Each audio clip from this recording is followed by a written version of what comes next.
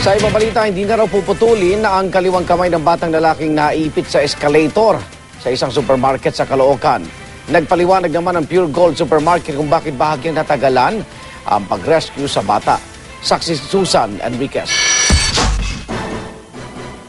Nakabenta na matapos operahan ng kaliwang kamay ng 7 taong gulang na si Felix Aparejado matapos maipit sa escalator ng Pure Gold Supermarket sa Caloocan City alas 7:30 kagabi.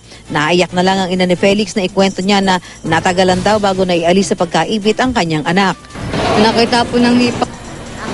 Sabi ng bata, tita, tulungan mo ako. Sabi niya gano'n. Wala na po kasi ako doon eh.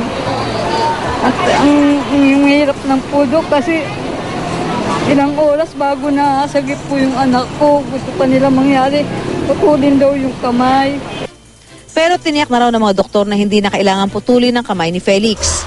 Kung meron po kayo magagawang paraan, gawin niyo po kung putulin. Kwento ng tiyahin, iniwan lang niya saglit si Felix para magbanyo. Ayon daw sa kanyang anak na kasama ni Felix, natalisod si Felix habang bumababa ng escalator. Kung may gwardiya yung araw na yon doon sa escalator, matatayo niya yung pamangking ko. Hindi mangyayari yung ganun. Di ba po? Nakapaikot na mami doon and then may dalawang rubing, so nakita namin kagad yun. Actually ako po yung nakakita kagad nung sitwasyon ng bata. Paliwanag naman ng pamunuan ng Pure Gold, bahagya lang daw natagalan ng rescue dahil kinailangang kontrolin ang pagpasok ng emergency team para mapadali ang pag-alis sa bata. Nagdesisyon po ang management ng Pure Gold na sirain na lang.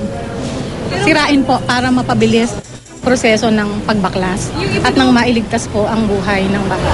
Hindi namin basta makuha kasi ipit na ipit siya eh.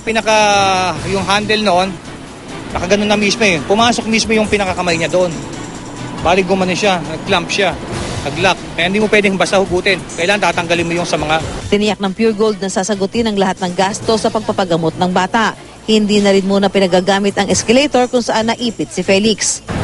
Yung lahat ng magagastos ng bata sa pag-hospital at para ma-restore siya sa kanyang healthy condition, lahat po yun ay sinasagot ni Pure Gold.